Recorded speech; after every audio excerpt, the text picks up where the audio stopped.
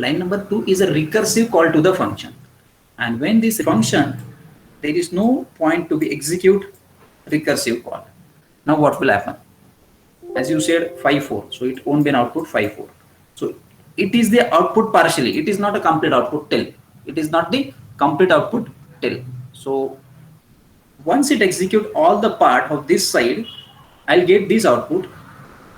Recursively it execute, and all the recursive call of the function is completely executed. But still there is one line remaining in the function, which is line number 3, which has not been executed at any point. So how this line will execute now?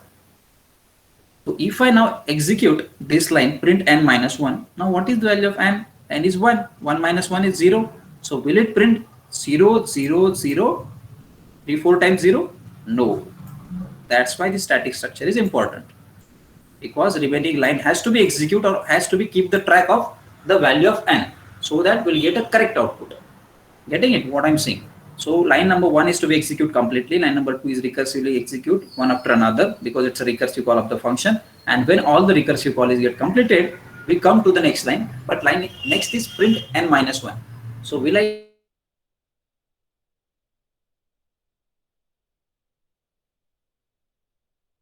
stack? It maintain one of the instruction pointer. It will maintain one of the instruction pointer which line has to be executed and which line number it has to be executed afterwards. So line number 1 is executed, line number 2 is executed, and at this point line number 3 is to be executed. Line number 3 is to be executed. So it will pick the value this 4 and store it in the instruction pointer. So instruction pointer will preserve that value which is being executed at that particular point. So when I execute any number of line, for example, this is the function add n minus 1. After that, there is again one more recursive call, add n minus 2. N has to be preserved by the instruction pointer, because that value may require afterwards for next line of code. So this value is to be preserved and will be given to this next statement. So on, this statement will execute. So what I'll get, I'll exactly get a mirror image of the data, 5 4 3 2 1, and then again I'll get 4 3 2 1 recursive way. So likewise I'll get the data. So hope you understand this basic example, how the code is executed, how the line numbers are going to be executed in a compiler. If I shuffle the statement, if I just remove the statement number 2 and replace with the statement number 3, or if I interchange statement number 2 with 3 or 3 with 2, now what will happen? Both print statement will work, 1 2 1 2 will execute, and then 3 has to be executed normally. So we'll get a sequence 5 4 3 2 1 in a straightforward way. So if I change the sequence, then also it affect more on the program. So that is the basic motto, to use this static data structure or runtime data structure to preserve the data, because many times this data is been lost when we execute the code. That's why this inbuilt stack is important to maintain the instruction pointer, at what instruction I have to execute after the execution of this function, after the execution of particular line. And this is true for recursive call function. This is true for conditional statement, when there is an if and else, or whenever there is an iteration is there. At that time, it is very important to maintain the instruction pointer. Same thing is true for non-linear data structure, like a pointer. If I have a statical data structure, arrays, struct, or simple variable, that time stack is going and increasing or decreasing. And while if I use a non-linear data structure, that time heap is going to be increase and decrease. So this is the whole funda about that execution of the routines. Okay. Now we'll go to that one more example, static allocation. Let's say code area. Now there are two methods are there. In our previous example, consider add as a function. Now see, these two methods are there. Method C, method A. They called as activation record. Every function is a routine. Every function is consist of an activation record, some data inside the function, declaration, execution, expression, conditions. So that all are inside the function. So this is my function C, this is my function A. Two different methods are there, and that under the main function. So my main method consists of execution of both the method. So again, there are many combinations that we can form for this activation. It may possible that function C call A, function A call C, both the function call inside the main function. So there are multiple ways that we can call a recursion, direct recursion, indirect recursion within the both method. But the execution way is same, that it hold the pointers. Now we'll go to the example of this quick sort. Now in a quick sort, just I'll take the example here. I hope you understand up to this point. Any difficulty? No, sir. So I think it's very easy concept to understand. Might be there is no doubt. So now we will take one example here. Let's say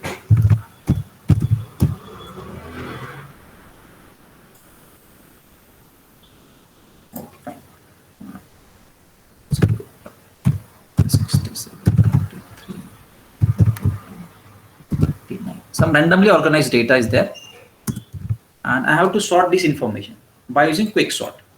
I have to sort this information by using quick sort. First I organize the problem, and then we'll see into the runtime structure, how it execute under the compiler.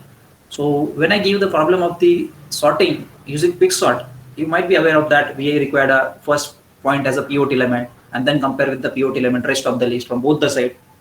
Let it be this is my pivot element. So this element is going to be compared. We are not going to solve the example right now. We'll just focus what is the concept, and then we'll go to the implementation part. So this is my pivot element. Comparing this pivot from this end and this end. If it is greater than pivot, consider that element. If it is less than pivot, consider that element, and then interchange that element. The process is continuously iterate to get the sorted data. Getting it? This is the philosophy of the quick sort, where the data is yet sorted with n log n time complexity. Now, our problem is to break down the list into a smaller part. So we have to divide the list into smaller part so that we can do the task.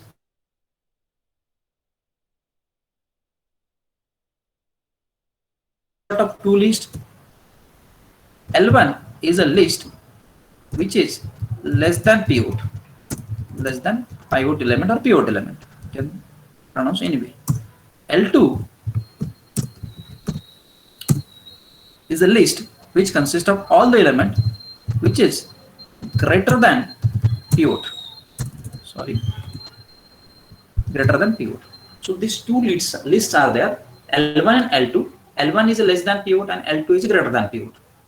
But we cannot assure that L1 is completely sorted or L1 is completely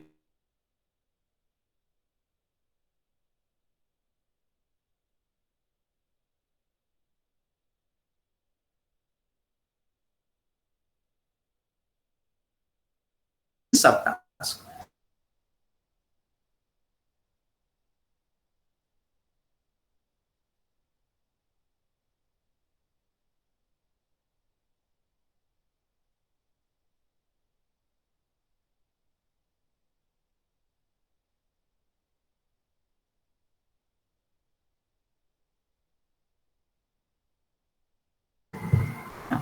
So first of all, we have to read the array.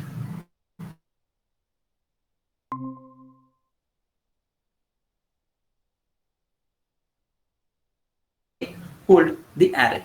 So as I said, will be preserved in a stack. Now we can visualize this. These particular things are stored in an array, and that array will be read using the iterative way. So we require an index. So that index is, let's say, I. After that, we have a call to the function quicksort, and quicksort is having a starting point and an ending point.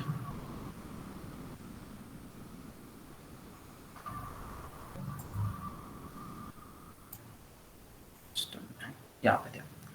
Now, quicksort is a starting point and ending point. So when we call the function, there are parameters. You might be aware of that. When we write a recursive call of this particular quicksort, there are 3 line of code. We have to first write an array size, that is n, then low and high. 3 parameters are there. The first parameter is the array size or the total number of elements. The second parameter is the starting point, from which point I have to start, and then end point. So here we start from 1, 0th index is assigned for the pivot element, and then we have to start comparing from the 1st index, and then we have to divide the list into subpart. if I just go to the next slide, we can now see the quicksort. So what exactly happened? First, it will read the array. Once completely read the array, then call the function quicksort with the two parameters, starting point and ending point. Then we recursively call quicksort again and again. Quicksort, quicksort, quicksort. So 1 9 1 3 1 0. So this is the recursive call. Every recursive call we have to maintain in a stack. So you can see now inside this stack, quicksort 1 3, quicksort 9, quicksort 1 0. So these calls I execute one after another, as well as maintain the value of that integer I. So whatever we see in the graphical way, now you can visualize in this activation record. So as I said, this particular instruction pointer hold this value. So integer hold this value, integer hold this value, integer hold this particular value at that point. So function call has been completely preserved inside it, and we can execute afterwards whenever we want it, and it execute from that point. Okay. So this is all about the stack allocation. Similar it is for the dynamic allocation. What I explained for the static, it is similar for the dynamic as well. Only the pointers and the memory management is properly used while in the heap allocation. So this is all about the runtime structure. So do you have any difficulty or any doubts under this topic, can ask. And now we will see the syllabus structure of this unit number 1. So this is the content of the unit number 1. So all are completed from unit number 1. So all the fundamentals things, what is required for the learning of the any programming language, that's completed as a fundamentals thing. What are the fundamental bases required? How to select any programming language? What are the paradigms of the particular programming language? In the next unit, we'll focus on the fundamentals, data, program and computations required for a programming language. But still, any doubt in the unit number 1 first from your end? Anything you found difficult or anything you don't understand, so it is need to be explained again.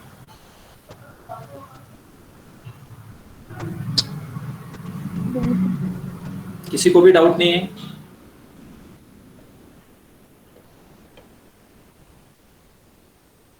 Actively participate because it is for you. If you understand the things, then it is good. If you not understand, then I again explain the things, because you have to face the exam as well, and you need to understand this concept as far as the career is concerned. तो किसी को भी doubt नहीं है? No sir, अभी तक तो नहीं सर. So किसी को भी डाउट नहीं है अभी तक? No sir. Fine then. So can we move to the next topic then?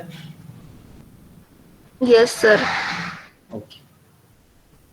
Now, before going to start the unit number 2, we will talk about some fundamentals thing about your MCQ exam. What sort of MCQs and what type of MCQs we'll ask in this unit number 1. So that we'll discuss, and then we'll go for the unit number 2. So from unit number 1, what are the important topics related to MCQ? We can note it down the topics if you want. I'll share the MCQ as well of the unit number 1 after 1 or 2 days. Might be tomorrow. History of programming language is important. In the history of programming language, in MCQ, the journey of programming language is given, and question is based on type of programming language. If the list is given of programming language, you have to identify the object-oriented language, procedure-oriented programming language, or functional programming language. Algol is which type of programming language, and the options are given. Functional programming language, object-oriented language, machine language. Some unrelated options, unrelevant options are there. Or the same question, Algol is a high-level programming language. True and false. So already we discussed this thing in unit number 1. Like if I just show you this.